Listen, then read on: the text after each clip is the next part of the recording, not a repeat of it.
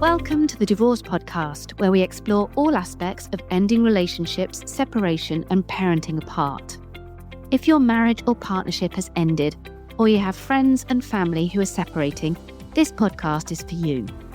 I'm Kate Daly, a relationship counsellor, divorce specialist, and co-founder of Amicable, the online legal service for separating couples. In each episode, we look at relationships and separation from different angles, including the emotional, legal, and social.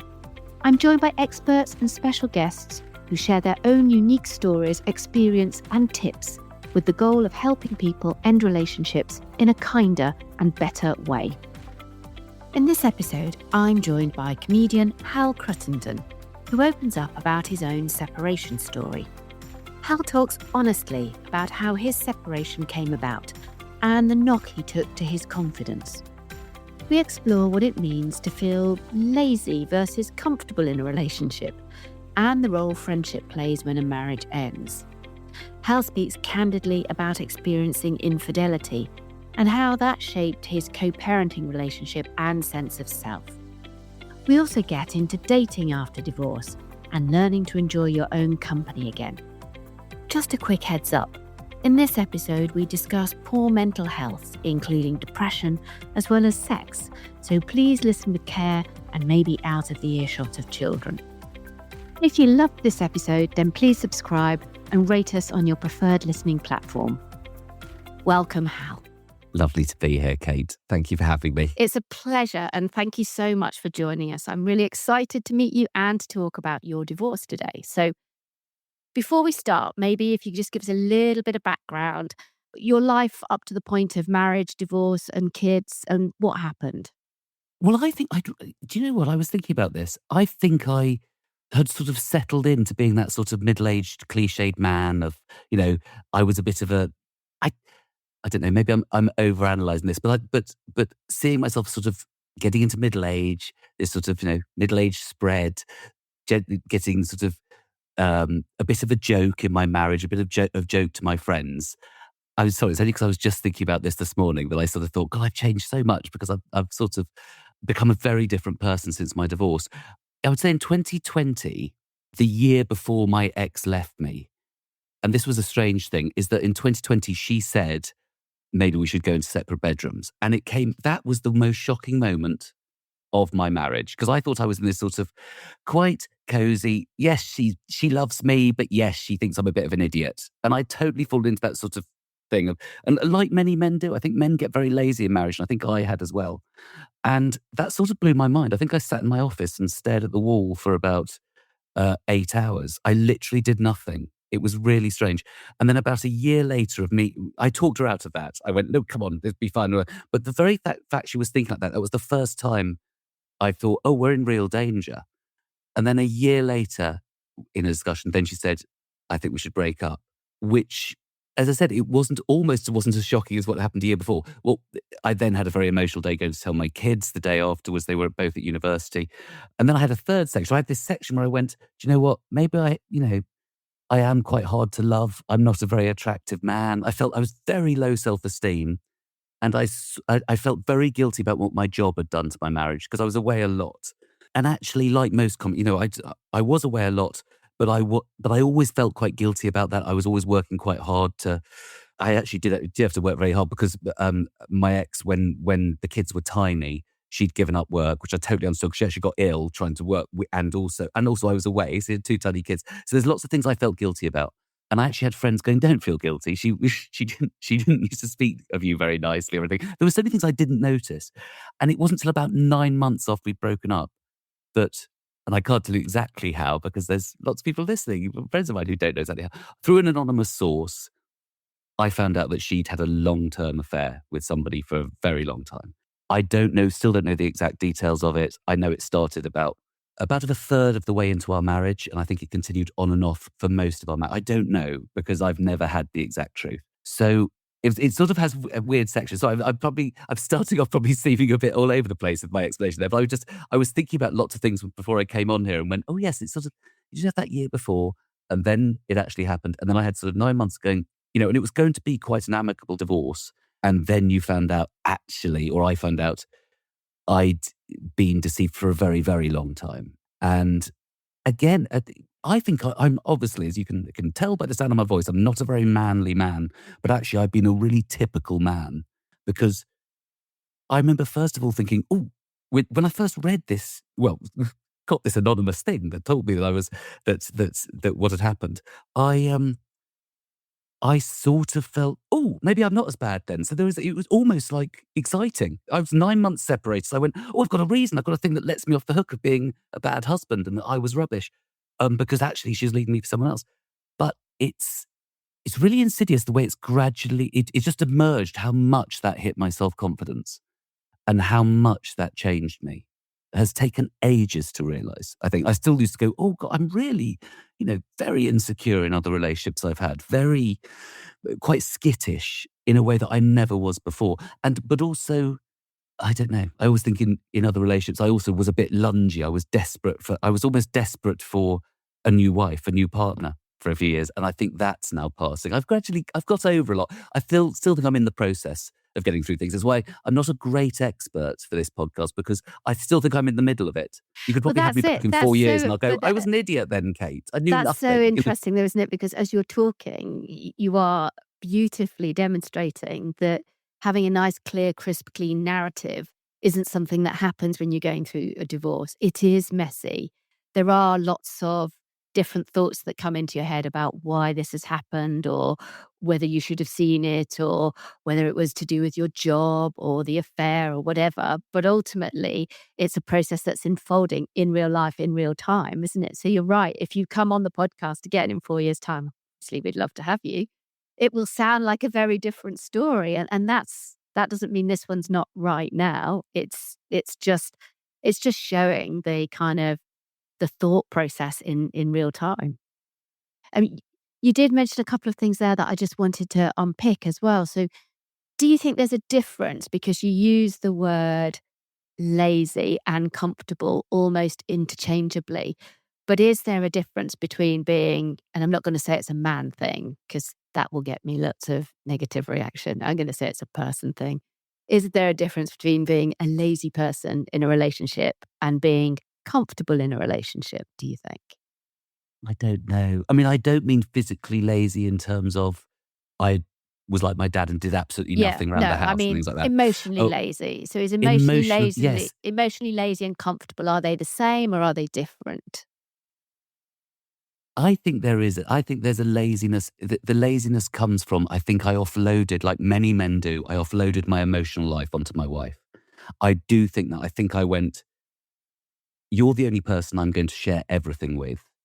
You're the only person that I need you to help me through this problem. I am a naturally needy person. I am naturally, someone told me about somebody they knew who was married, this man, and I know this is incredibly unhealthy and this is quite common in old people's relationships. And this was a man who literally called his wife 7 or 8 times a day to ask her, shall I have this for lunch or that for lunch? So he was like, and he was 60s or 70s. And there was part of me that went, oh, that's lovely to find a woman who'll do that. No I know way. it's psychologically incredibly damaging, but I Oh went, my God. oh, she just completely is being his mum. It's like, I mean, I don't think I was, again, I'm slightly exaggerating probably how bad I was because my wife was very good at going, don't use me as your spare brain. Don't do that thing. And actually that last year before we broke up, when she'd said, I think maybe you move into a separate room, I think I worked incredibly hard. I had some really hard things happen at work. I had really hard things happen that I kept totally away from her. She was actually surprised that I'd not shared things with her because I went, right, I share too much. I offload too much on her. I'm like a weight on her. So I really was aware of that. But I think I did do too much. I think I did. And I'm probably copying a little bit my parents' relationship. My dad was a real figure I mean, my dad died very young. So my dad died quite when he was only 50.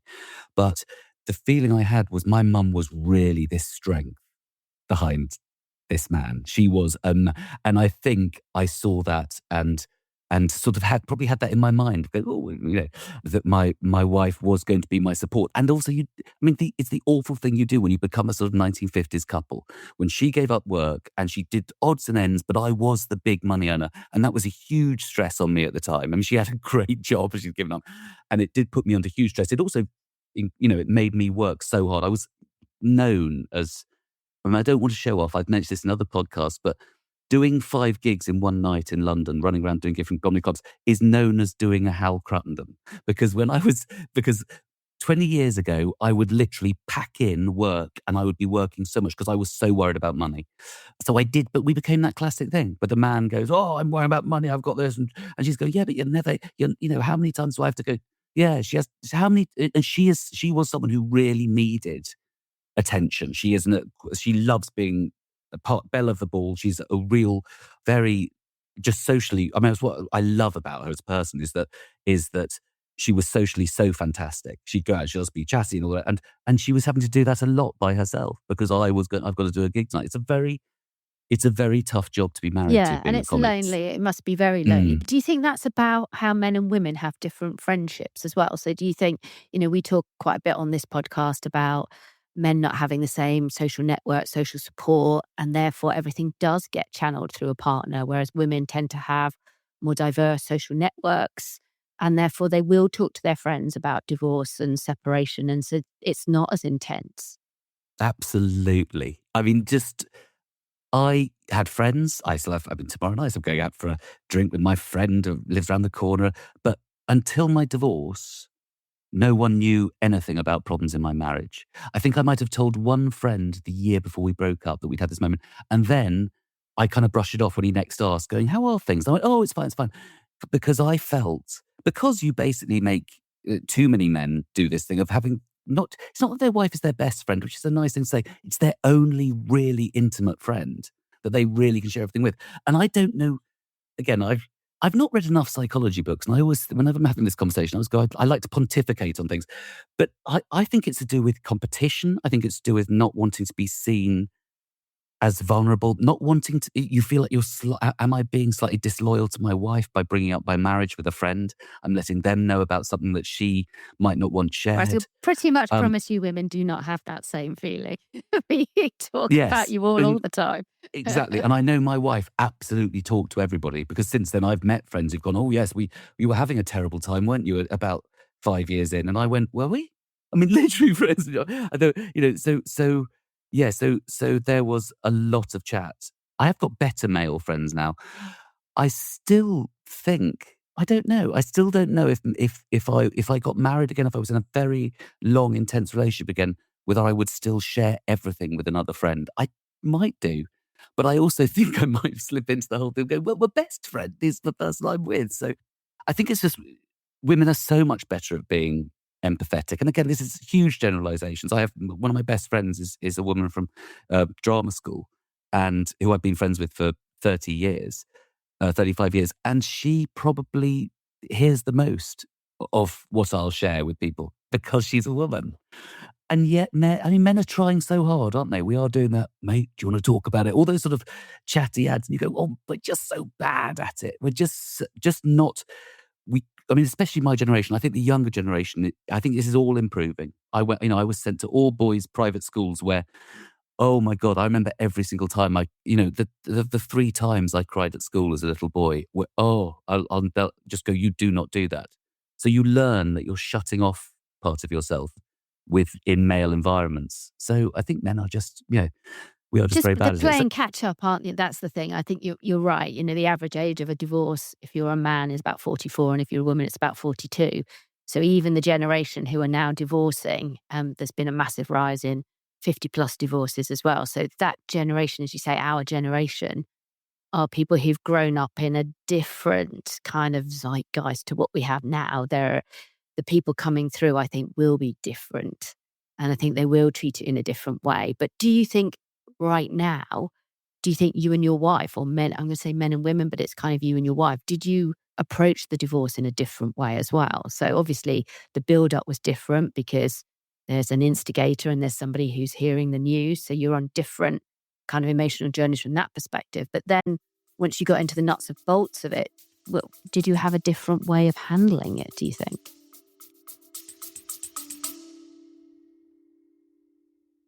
Hello, my lovely listeners. I hope you're finding this episode helpful and comforting.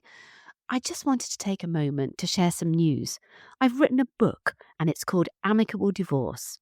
It's a practical guide to separating with dignity, supporting your children, and navigating finances and co parenting without unnecessary conflict. It's all the guidance you can usually find on the podcast and much more. If that sounds helpful, you can order it today on Amazon. Thanks so much. And now let's get back to the show. I don't know because, well, I discovered she had a partner there already to, it was me. So all that part of it, I don't really know how she was dealing with it. The feeling I tend to have is probably quite bitter that I'd become an obstacle. I was this person that was a relationship. Now I was this obstacle to what her happiness is now. And she's still with the person she left before. They're getting married this year. You just become that road bump they need to get over. That's how I felt. And that does sound really bitter because also she will say lovely things. We will get on really quite well. We will meet up. We will be, there are things that graduations we've had to go through. We don't see each other, at all often. I gave up I was going to try and see the dogs quite a lot, but actually it was too much. It wasn't good to keep seeing each other. It felt I needed that total break. I don't think it was a reminder. I mean, she's a reminder that she's a lovely, sociable, warm person, but actually I needed to have, no, I need to be away from you because I feel almost like I'm betraying myself sometimes by getting into lovely chats and going, well, oh, this has happened, oh, has that happened? Okay. It's not that I don't want to get on with her. I have children with her, grown up children. But there is a way in which I don't think, I mean, this sort of sounds really depressing, but I'm not sure that I can ever treat her with the same respect as I can treat other people because of what was done to me. Because there was a thing of going, it's not the cheating. If someone's, for me, if someone cheats and then sits down, holds your hand and goes, I have to tell you something. That is so huge. And to anybody now who's cheating, don't try and hide. I had another friend who was cheating on his wife for ages and said to me, this is just after I got married. And he said, if you ever cheat, never, tell her. She's going to find out anyway. So I think it's quite true because I think it will come through. And also you're not honouring the relationship. You're not respecting it. You've kind of thrown it away and it's so unfair on the person you're leaving because they're living in a completely different reality. Their story of the marriage is completely different. And I do all those things. I look at photos now and go, was she with him then? Was she not? Was it off? Because I think it was sort of off and on. So I just think honest. I mean, I've dated people who've said they had affairs and they sat down, told their partner. And I think that is so hard, but so brave that you have to just go, you have to do it because it does honour them. And the people I know who've done that have good relationships with their exes. Well, because there's an honesty in that, isn't there, I suppose, as well, because you're actually, you're being brave enough to have a conversation where you don't come out looking good and yet you're still putting yourself out there, aren't you? That's the key. And you're saying you're worth the truth to me. And, it still means you had value. I care about you enough to say this to you and so that you can get on the same page. Yeah. I think the other thing that you just said then about this kind of confusion we have about trying to do things amicably, because like you say, if you're parents, even if your kids are grown up, there are graduations, there may well be, they're partnering, whether that's marriage or whatever they're going to do. There may be kids for them in the future. And all of those things will unite you as a family, as the first family. So there are all of those things that you want to navigate. And therefore, that need to be amicable is absolutely burns bright, doesn't it, when you've got kids? But at the same time, there is that authenticity need that you spoke about. You said, I felt like I might be sort of betraying myself. There's that need to be authentic with how you truly feel, and balancing those two things, I think, is really hard. And I think, a lot of the work that we do at Amicable is all about trying to look after that first bit of making sure you can pitch up to graduations and christenings and bar mitzvahs or wherever they are. And yeah, at the same time, I would never want anyone to think that doesn't mean they can't own their feelings within their breakup or what they've done. Yeah, and I think it's like, because I do have, I mean, honestly, I have a laugh with my ex. She's a very funny woman. And, I was there at my daughter's graduation last year, and I've done my other daughter's 2 graduations. She got a BA and an MA. So we do those things, we meet at those things. But yes, it doesn't have to be, maybe it's a thing of saying it doesn't really have to be okay. I think my ex very much I want this to be a happy divorce. I want us to be best friends now after. And I'm going, no, it doesn't have to be that. It doesn't have to be perfect. There can still always be problems. but you get along on the day and you're all fine. But you're not going to have, it doesn't have to end up with you being, oh, we're such good mates. And I love it when people can be great mates with the people they've been married to. That's so wonderful because you're so honouring that your marriage meant something. But it's when there's been so much deception, it's very hard to forgive somebody, I think, properly for making that marriage seem like it was valueless or just making you look a fool, I think. You talked earlier as well about this idea that you said, oh, I'm very different now, but at the time my self-esteem was on the floor. It sounds like the self-identity was a bit lost. Talk to me a little bit about that. How did you feel? And then how did you build back that sense of self after the betrayal? First of all, I didn't realise quite how low my self-esteem was until I realised certain ways in which I Is was that treated because you're within my... famous and people love you on stage? Yes, because I'm very famous. I think being a comic, it's very handy to be very self-aware. So we do tend to rip ourselves apart, and I have ripped myself apart in comedy. I put myself down. I will rip the way I look, the things I say, my voice, everything. But I tend to do that quite naturally in life. I tend to be someone who is a little bit needy. And I actually think I did that so much that probably my wife ended up going, I sort of agree with you. I sort of think you are a bit pathetic. I think you are a bit say rubbish. That bit, yeah. Yeah. But the thing is, I think that comes from, it's almost like the ability to rip yourself apart comes from being quite comfortable. Going, I've got people around me that love me. I mean, I was a classic. I was the youngest with two older sisters. And my dad was often working. Then my dad died when I was like 20. But still, that family unit is very female and very cuddly, funny little Hal. I mean, it's ridiculous to say this as a grown man, but my sisters, Christmas is funny because I'm still very much the youngest and the idiot. And I love it. It's a kind of off the hook thing. It's sort of not taking responsibility as well. It's sort of going, I'm a bit rubbish. And I think I slipped into that in my family situation. So, but also that sort of low self-esteem of obviously not being attractive to my wife, not being attracted to me, her wanting to end our marriage. And I think that I didn't see myself as an attractive person. So I didn't see myself as somebody that anybody would really fancy. I sort of knew it was probable that I would I thought I would have relations. I don't really think I was some horrendous, disgusting person. But I didn't think of myself as sort of sexy or anything like that. And that's been mind-blowing. Dating afterwards has been... I was going to say, how do you get back out on the dating scene if that's kind of your starting point then? Because that would scare me. I didn't go straight onto dating apps or anything. I just met people through events, through a gig I was at once. And I was kind of mind-blown, going, oh my God, you find me attractive. And that was actually really dangerous because what it was I went, you like me, then we must be together because...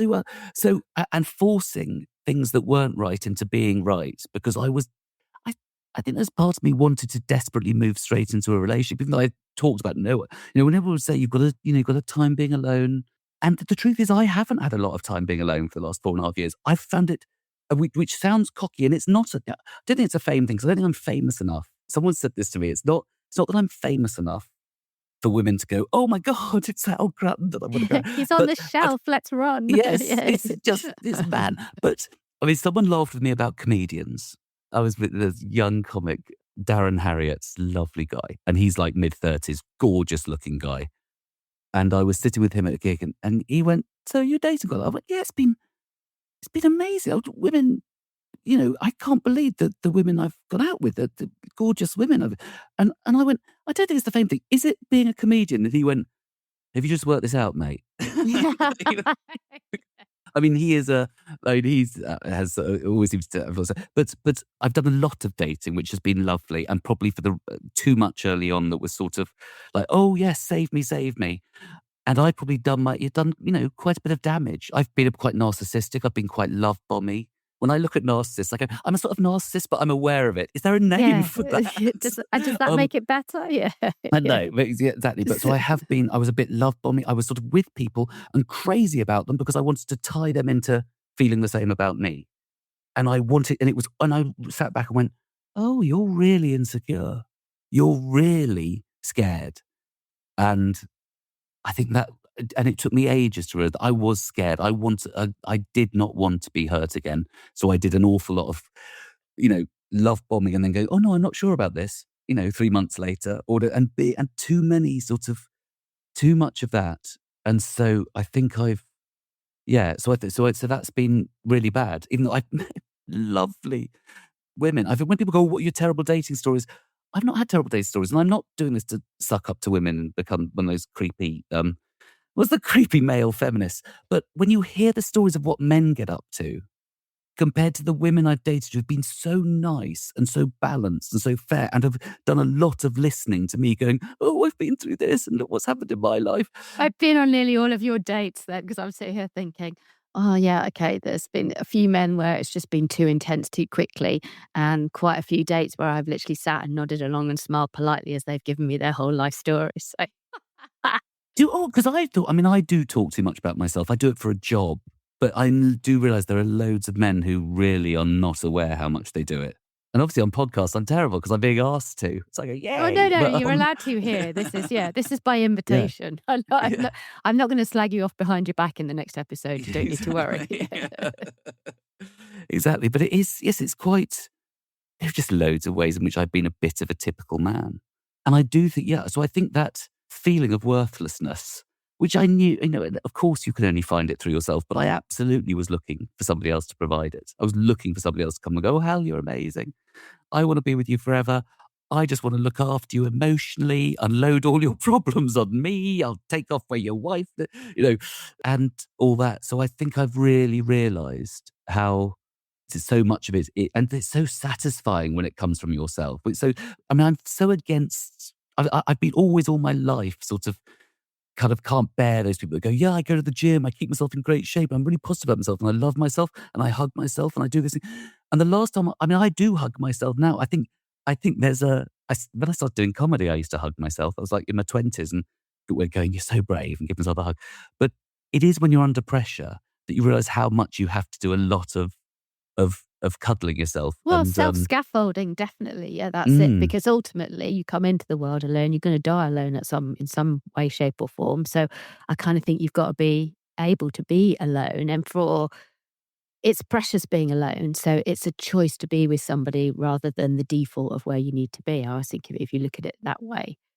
And I know look, I've been divorced twice, and after my first divorce, I'd never been on my own. I hadn't been on my own at all, and the therapy I did after that was all about how to be on my own, and, like, one of the experiments with my therapist was to stay in on a Friday night. I was in my very early 30s, late 20s, very early 30s, was to stay in on my own on a Friday night. I tell you, that's one of the hardest things I have ever had to do at that point in my life. So, yeah, I think that learning to be comfortable on your own, and now I treasure it to the point where I'm very reticent to give it up. That probably makes me quite hard to date, I think.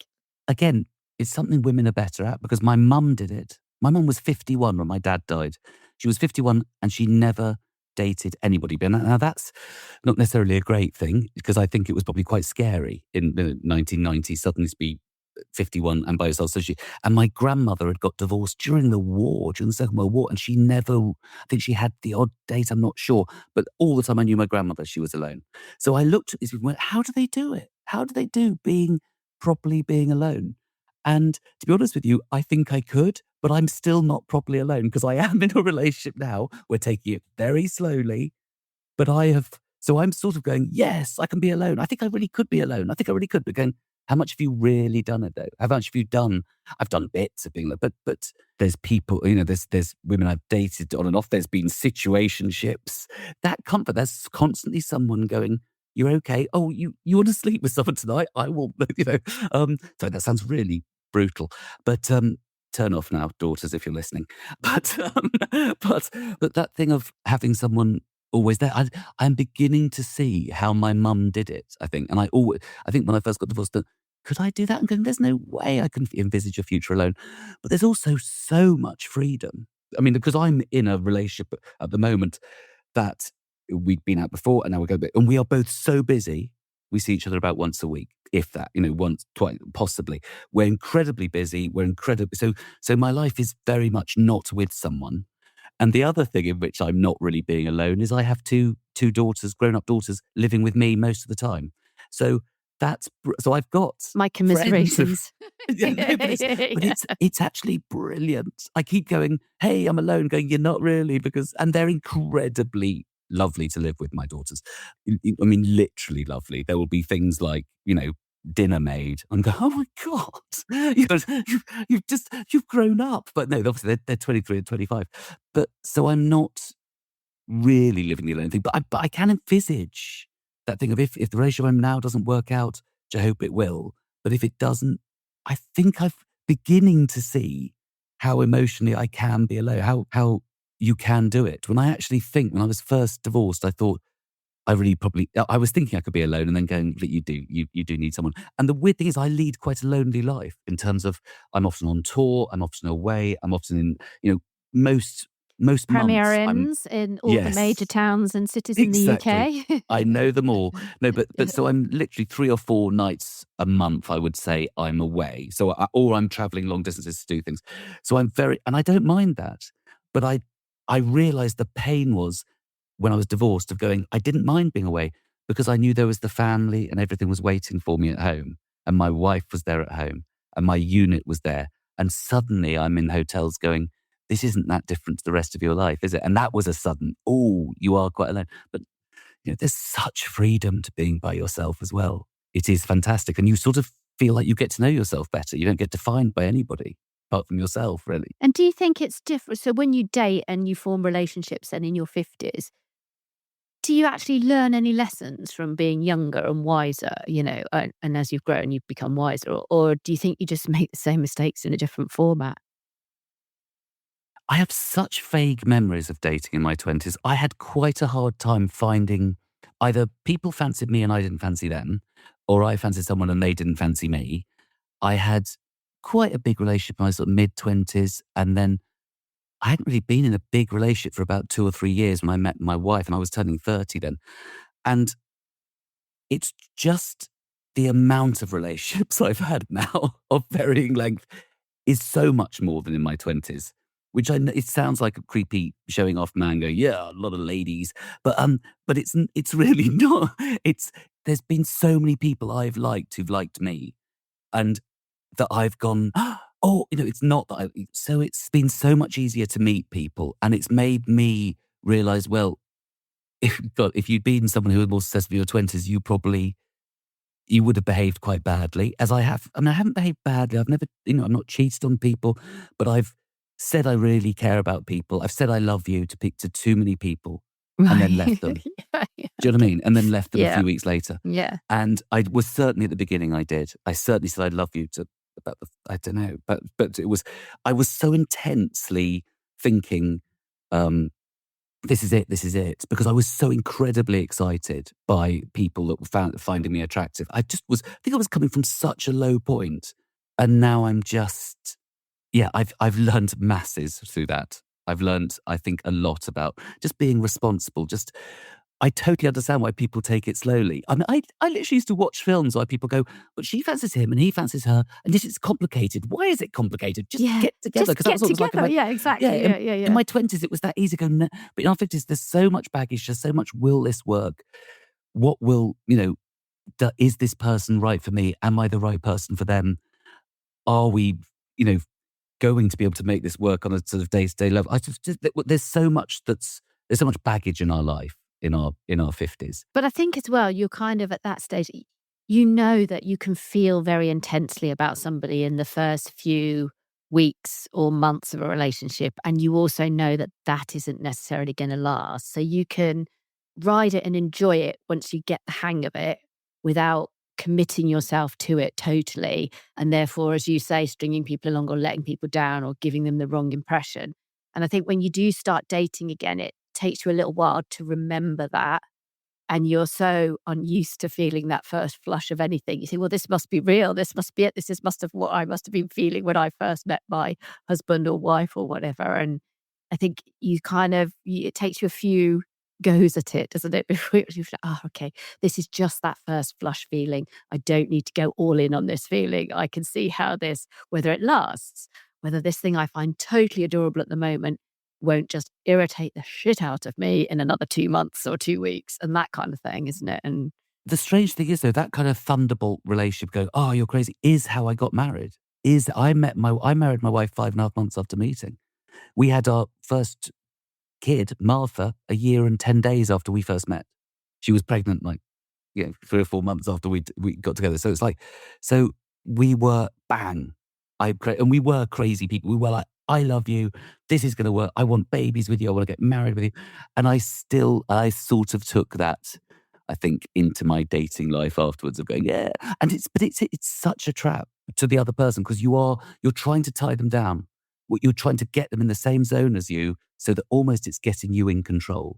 I think. I mean, this is my, obviously subconsciously I've worked out what I'm doing. I want to feel safe. So I'm going to go crazy and make sure that you come into the same zone and say that you're crazy about me. And then, oh, I'm not sure. I've sort of gone off you now. You're crazy about me because my self-esteem's so low. Yeah.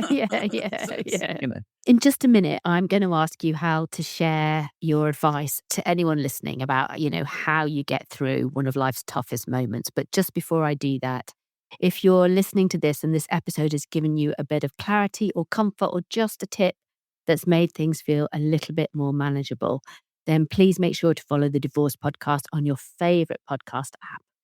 Each week, we're here with expert advice and stories from real people to help and support you through your separation every step of the way. So, Hal, then, if you had to kind of give some tips to people out there who might be going through a divorce or separation and they're listening, what would you want to share with them? What have you learned that you think would be helpful? If you're leaving someone for someone else, tell them. It's so much better in the long run. It's so much better if you just show, if you're the leaver, if you have the respect for your partner it just makes everything so much easier.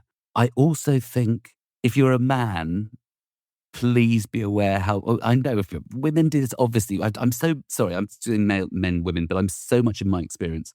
Just realize how much this has hurt you, even when you don't feel it does hurt you. I was so good at repressing things. I mean, I'm a comic, so comedy is partly a repression of emotion. It's partly a repression. It's how we deal with bad things as we make a joke about them. And it's why I've got 2 comedy shows out of my divorce because there's so many jokes come into it. It's so easy to make up funny stuff. And it is a lovely relief.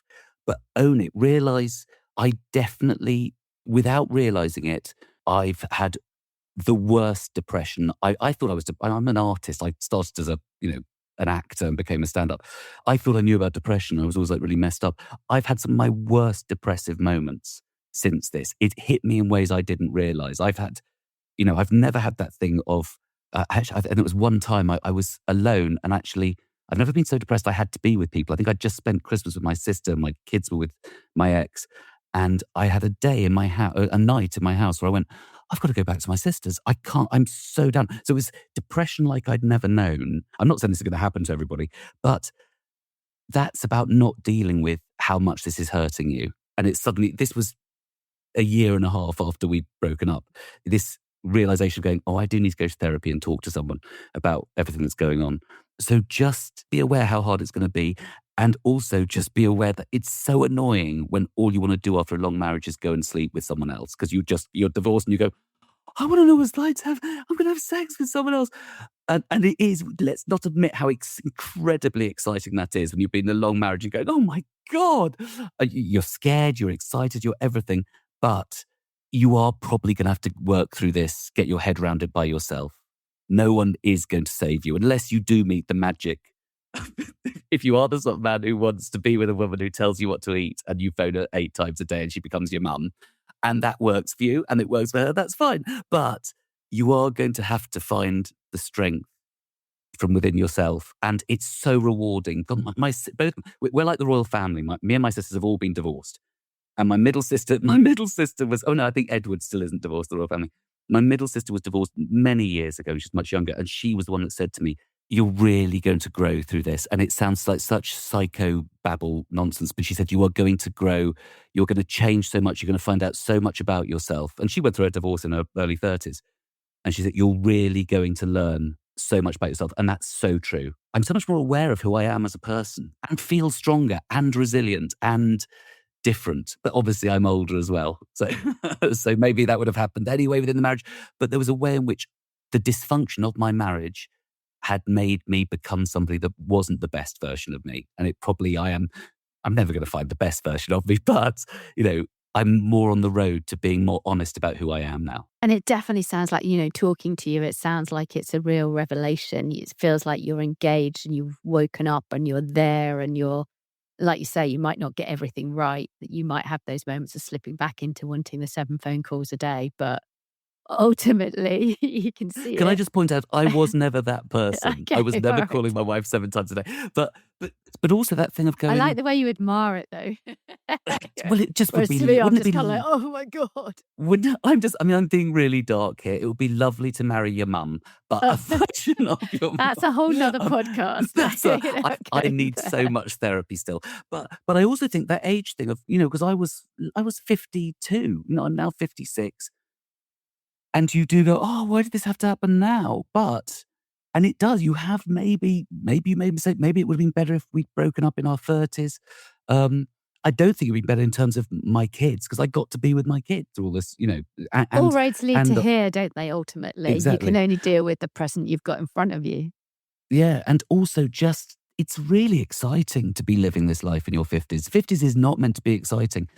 And you've got to admit it's fun, and lots of people are having a lot of fun out there, and it's just interesting. It's just interesting having living this life. Now, where can people find you at the moment? What are you doing? Well, I'm on tour sort of everywhere. Yes, you can find me halcruttenden.com for tour dates. That's my website. And my agents told me to do all this. So it's what the young do. Instagram at H Cruttenden, Facebook Hal Cruttenden. That's why I put a lot of stuff out on. If you want to see me rant almost totally about politics and try and wind up people, it's Twitter. So I do little videos and stuff, but I'm all over. If you go on halcruttenden.com, that's my tour dates, and that's the best place to find me. And you can see the funny side of this Well, I'm divorce. loving your Insta reels, though. They've given me a lot of laughs. I'm now practically stalking you and all of that because it's just so funny. So definitely go and look at those if you've enjoyed this podcast today. For separation and co-parenting advice and support, you can visit amicable.co.uk, where you can explore lots of our free resources and book a free advice consultation. And you can find me on LinkedIn and Instagram and hear about our new podcast episodes by subscribing for updates and visiting thedivorcepodcast.com, or find us on your favorite listening platform. Don't forget, we would love to hear from you and love to find out what floats your boat on this podcast. So please get in touch at hello@amicable.co.uk.